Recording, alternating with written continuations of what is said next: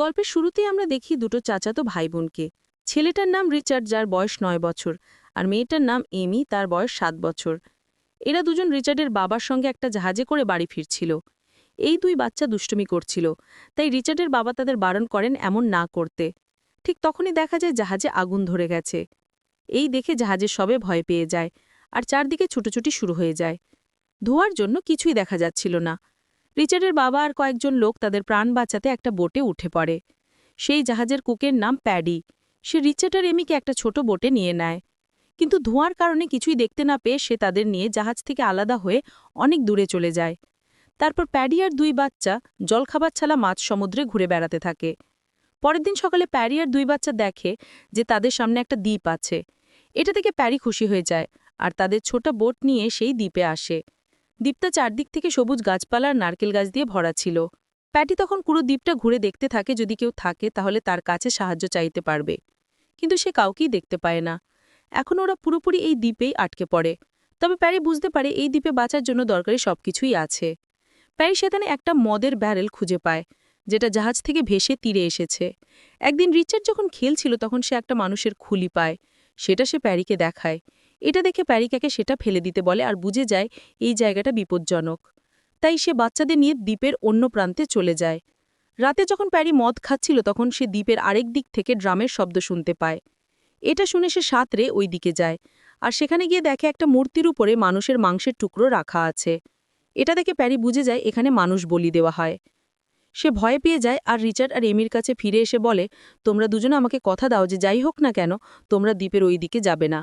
এটা কানুনের নিয়ম, তোমাদের এটা মানতেই হবে। কিন্তু বাচ্চাদের মনে তখন থেকেই প্রশ্ন জাগে প্যারি আসলে কেন তাদের ওইদিকে যেতে মানা করছে। প্যারি বলে ওইদিকে নরভোগী থাকে যারা বাচ্চাদের খেয়ে ফেলে। রিচার্ড ভাবে পার বাবা এসে তাদের নিশ্চয়ই এখান থেকে নিয়ে যাবে। প্যারিও ভাবে ওদের কেউ না কেউ এসে বাঁচাবে। কিন্তু ততদিন পর্যন্ত সে বাচ্চাদের দায়িত্ব নিজের কাঁধে নিয়ে নেয়। সে তাদের শেখায় কিভাবে খাবার খুঁজবে হয় আর কিভাবে আশ্রয় বানাতে হয়। প্রায় 2 মাস ধরে সেই জঙ্গলে বাঁচার অভ্যাস শেখায়, যাতে যদি তার কিছু হয়ে যায় তাহলে বাচ্চারা বেঁচে থাকতে পারে। এক রাতে প্যারি খুব বেশি মদ খেয়ে ফেলে। সে দেখে তার মদের ব্যারেলটা সমুদ্রে ভাসছে। তখন সে সেটা তুলতে যায়, কিন্তু নেশার ঘোরে জলের মধ্যে ডুবে যেতে থাকে। পরের দিন সকালে রিচার্ডের এমি ঘুম থেকে উঠে দেখে প্যারি ওখানে নেই।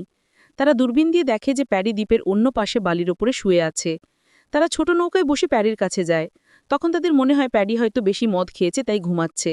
তারা তাকে জ্বালানোর চেষ্টা করে, কিন্তু সে ওঠে না।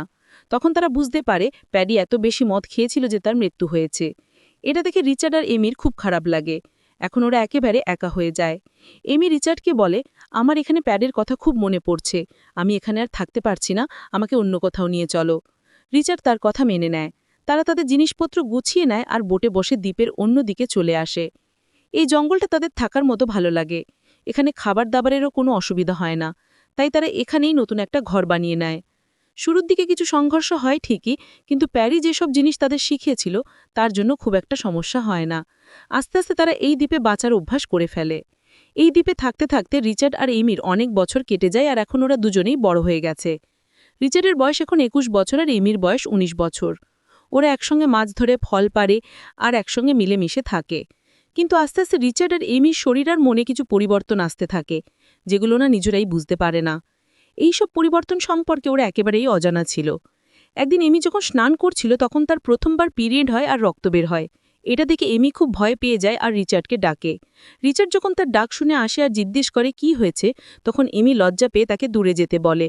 কিছুক্ষণ পরে যখন এমি স্নান সেরে জলের বাইরে আসে তখন রিচার্ড তাকে জিজ্ঞেস করে, তোমার কি হয়েছিল? রিচার্ড ভাবে এমিল হয়তো কোথাও ব্যথা লেগেছে, কিন্তু এমি কিছুই বলে না। এটা দেখে রিচার্ডের রাগ হয়। ওভাবে আগে এমি কিছুই তার থেকে লুকোতো না, কিন্তু এখন অনেক কিছু লুকাতে শুরু করেছে। এভাবে আস্তে আস্তে রিচার্ড আর এমি একে অপরের প্রতি আকর্ষণ অনুভব করতে শুরু করে। যখন রিচার্ড শর্ট ছাড়া ঘুরে বেড়ায় তখন এমি চুপচাপ তাকিয়ে থাকে। আবার এমি যখন নদীতে স্নান করতে যায় তখন রিচার্ড তাকিয়ে থাকে। কিন্তু সমাজের কোনো শিক্ষা না থাকায় এইসব অনুভূতির মানে ওরা বুঝতে পারে না, কারণ ছোটবেলা থেকে তারা এখানে আটকে আছে আর এই বিষয়গুলো সম্পর্কে কখনো কিছু পড়েনি। এদিকে রিচার্ড মাছ ধরে ফল পাড়ি আর এমি সেই মাছ রান্না করে আর কাপড় কাচে। দুজন মিলে হাসি মজার মধ্যে এই দ্বীপে সুখে থাকছিল। তবে এখন ওদের মনে আশা ছিল একদিন রিচার্ডের বাবা নিশ্চয়ই এসে তাদের বাঁচিয়ে নিয়ে যাবে। একদিন এমি দ্বীপের সেই দিক থেকে ড্রামের শব্দ শুনতে পায় যেদিকে প্যাডি যেতে বারণ করেছিল। কিন্তু এমির খুব জানতে ইচ্ছা হয় সেখানে আসলে কি আছে। তাই সে একাই সেখানে চলে যায়। সেখানে গিয়ে সে সেই একই মূর্তিটা দেখে যেখান থেকে রক্ত ঝরছিল। এমির মনে হয় যে এই জায়গাটা খুব পবিত্র আর এটা কোনো ভগবানের স্থান। এটা দেখে সে দৌড়ে রিচার্ডের কাছে আসে আর বলে, আমি দ্বীপের সেই দিকে গেছিলাম যেদিকে প্যারি আমাদের যেতে বারণ করেছিল। ওখানে আমি একটা মূর্তি দেখেছি যা ভগবানের ছিল। প্যারি আমাদের মিথ্যে বলেছিল, ওখানে কোনো নরভক্ষী নেই। এই কথা শুনে রিচার্ড রেগে যায়। সে বলে, আমরা প্যারিকে কথা দিয়েছিলাম আমরা ওখানে যাব না। তুমি গিয়ে বড় ভুল করেছ, এখন থেকে আর কখনো ওদিকে যেও না। রাতে যখন এমি ঘুমিয়েছিল তখন একটা দুঃস্বপ্ন দেখে। স্বপ্নে দেখে রিচার্ড জলে ডুবে মারা যাচ্ছে। ভয় ঘুম ভেঙে যায় এমির। সে দেখে সকাল হয়ে গেছে আর রিচার্ড তার সামনে দাঁড়িয়ে আছে। তখন এমিটাকে বলে, আমাকে কথা দাও তুমি আমাকে ছেড়ে কোথাও যাবে না। দুজনে আবেগে জড়িয়ে পড়ে। রিচার্ড তাকে কিস করে আর তার সঙ্গে আরও কিছু করার চেষ্টা করে, কিন্তু এমি তখন তাকে দূরে সরিয়ে দেয়। রাতে আবার রিচার্ড তার কাছে আসার চেষ্টা করে, কিন্তু এমি তাকে চলে যেতে বলে। এতে রিচার্ড খুব রেগে যায় আর পরের দিন সকালে এমির সঙ্গে কোনো কথা বলে না। এমি দেখে রিচার্ড পাথরের আড়ালে কিছু একটা করছে, কিন্তু ঠিক কী বুঝতে পারে না। সে যখন রিচার্ডকে ডাকে তখন রিচার্ড ওর ওপর রেগে যায়। কিছুক্ষণ পর যখন রিচার্ড গাছ থেকে নারকেল পাড়ছিল তখন সে এত বছর পর প্রথমবার সমুদ্রে একটা জাহাজ দেখতে পায়। জাহাজটা দেখে সে গাছ থেকে নেমে দৌড়ে যায় একটা পাহাড়ের দিকে, যেখানে আগে কাঠগুলো একত্রিত করে আগুন জ্বালানোর ব্যবস্থা করেছিল, যাতে জাহাজের লোকেদের দৃষ্টি আকর্ষণ করে সাহায্য চাওয়া যায়। কিন্তু রিচার্ড সেখানে পৌঁছাতে দেরি করে আর জাহাজটা দূরে সরে যায়। ওই সময় এমিও ওই জাহাজটা দেখেছিল। আগুন জ্বালানোর সুযোগ ছিল তারও, কিন্তু সে জাহাজ দেখেও আগুন জ্বালায়নি, কারণ এখন তার এখানে থাকতে ভালো লাগছিল আর এই জীবনটাকেই সে মেনে নিয়েছিল। রিচার্ড এসে এমিকে আগুন না জ্বালানোর জন্য রেগে বলে, আমি তোমার থেকে বিরক্ত হয়ে গেছি, আমি একাই তাই এখান থেকে চলে যাব। সে নৌকায় চড়ে চলে যায়, কিন্তু অর্ধেক পথেই নৌকাটা ভেঙে পড়ে আর রিচার্ড জলে পড়ে যায়। বাধ্য হয়ে তাকে আবার দ্বীপে ফিরে আসতে হয়। এমি তার মজা উড়াতে করতে থাকে, এখন এই দ্বীপটাই আমাদের বাড়ি আর এখানেই আমাদের থাকতে হবে। এই কথা শুনে রিচার্ড রেগে যায়। তাদের মধ্যে তর্ক শুরু হয়। দুজন একে অপরকে অপমান করতে থাকে। এমি বলে, আমি জানি তুমি একা পাথরের আড়ালে কি করো, আমি তোমার বাবাকে জানাবো। রিচার্ড বলে, তুমি লুকিয়ে আমাকে দেখো।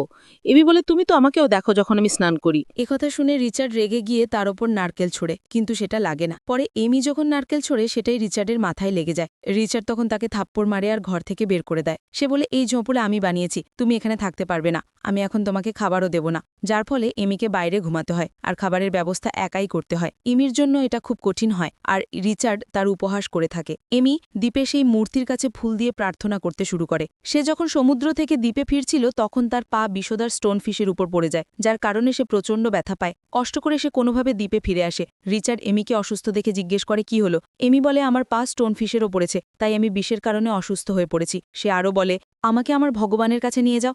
রিচার্ড এমিকে কোলে তুলে মূর্তির কাছে নিয়ে যায়। এমির অবস্থা খুব খারাপ হয়ে যায়, সে অজ্ঞান হয়ে পড়ে। রিচার্ড ভয় পেয়ে যায়। এমির কিছু হলে আমি একা কি করব এখানে? সে ভগবানের কাছে প্রার্থনা করে এমির জন্য। কিছুক্ষণ পর এমির জ্ঞান ফেরে। পুরোপুরি সুস্থ হয়ে দ্বীপের সেই শক্তি, শান্তি আর পরিবেশ তার শরীর ঠিক করতে সাহায্য করে। রিচার্ড এমিকে দেখে খুশি হয় আর বলে, আমি অনেক ভয় পেয়েছিলাম, যদি তোমার কিছু হতো তাহলে আমি এই দ্বীপে একা কি করতাম? এমি বলে, তুমি কি আমার উপর রেগেছিলে? রিচার্ড বলে, না। তারপর দুজন আবার তাদের দ্বীপে আসে।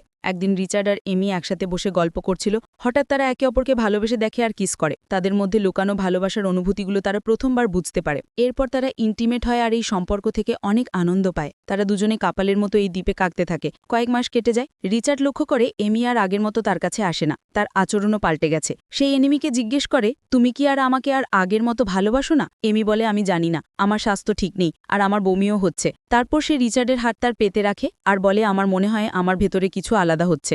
রিচার্ডও একটু বুঝতে পারে আসলে এমি প্রেগনেন্ট, কিন্তু তারা দুজনেই এটা স্পষ্টভাবে জানে না। রিচার্ড ভাবছে এমি বেশি খাচ্ছে তাই তার পেট বড় হচ্ছে আর ভিতরে কিছু চলছে। এক রাতে রিচার্ড দ্বীপের অন্য পাশে ডুমরুর শব্দ শোনে। যখন সে দেখতে যায় তখন পায় কিছু আদিবাসী ওই মূর্তির সামনে একটা লোককে বলি দিচ্ছে। সেটা দেখে সে ভয় পেয়ে দৌড়ে এসে এমির কাছে ফিরে যায়। ঠিক তখনই এমির প্রসব ব্যথা শুরু হয় আর সে জোরে চিৎকার করতে থাকে।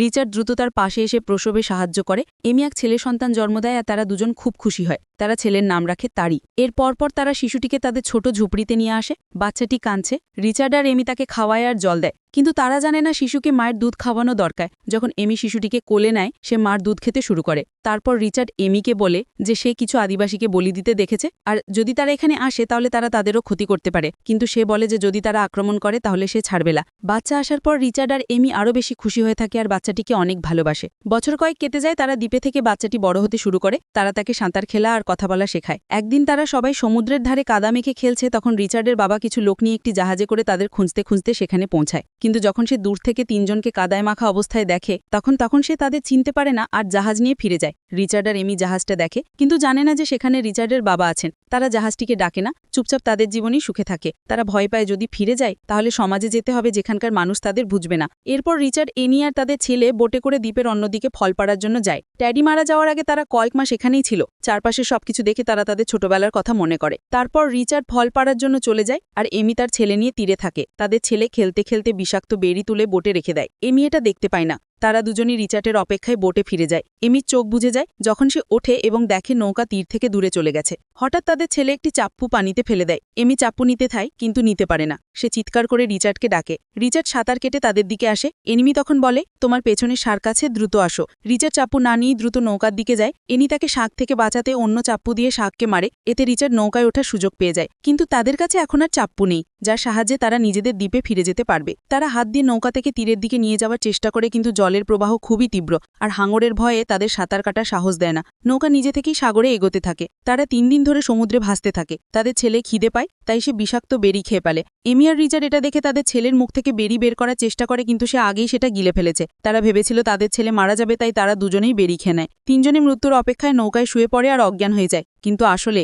ওই বেরি এতটা বিষাক্ত ছিল না, তারা শুধু অজ্ঞান হয়ে গিয়েছিল। কিছুক্ষণ পর রিচার্ডের বাবা জাহাজে ছিলেন আর দূরবীন দিয়ে এখানে সেখানে তাকিয়ে তিনি হঠাৎ সমুদ্রে রিচার্ডের ছোট নৌকা দেখতে পান। তিনি তার একটি লোককে ওই বোটটি দেখান। তারপর রিচার্ডের বাবাও তার লোকজন ছোট নৌকায় চড়ে তাদের দেখতে আসে। রিচার্ড, এমি, এনিকে তাদের ছেলেকে অজ্ঞান অবস্থায় দেখতে পান। রিচার্ডের বাবা তার লোকটিকে জিজ্ঞেস করে এরা কি মারা গেছে। সে বলে, না স্যার, তারা ঘুমাচ্ছে। তাদের বাঁচিয়ে নেওয়া হয় আর এখানেই সিনেমাটির সমাপ্তি হয়। বন্ধুরা, আপনাদের কি মনে হয় যদি আপনাদের কোনো একজন মানুষের সাথে পুরো জীবন একটা আইল্যান্ডে কাটাতে হয় তাহলে সেটা কি হবে? আপনাদের বক্তব্য কমেন্ট সেকশনে অবশ্যই দিন। ভিডিওটি লাইক এবং শেয়ার করুন। চ্যানেলটি সাবস্ক্রাইব করে বেল আইকন প্রেস করুন যাতে আসন্ন ভিডিও আপনাদের থেকে মিস না হয়। দেখা হবে পরের ভিডিওতে।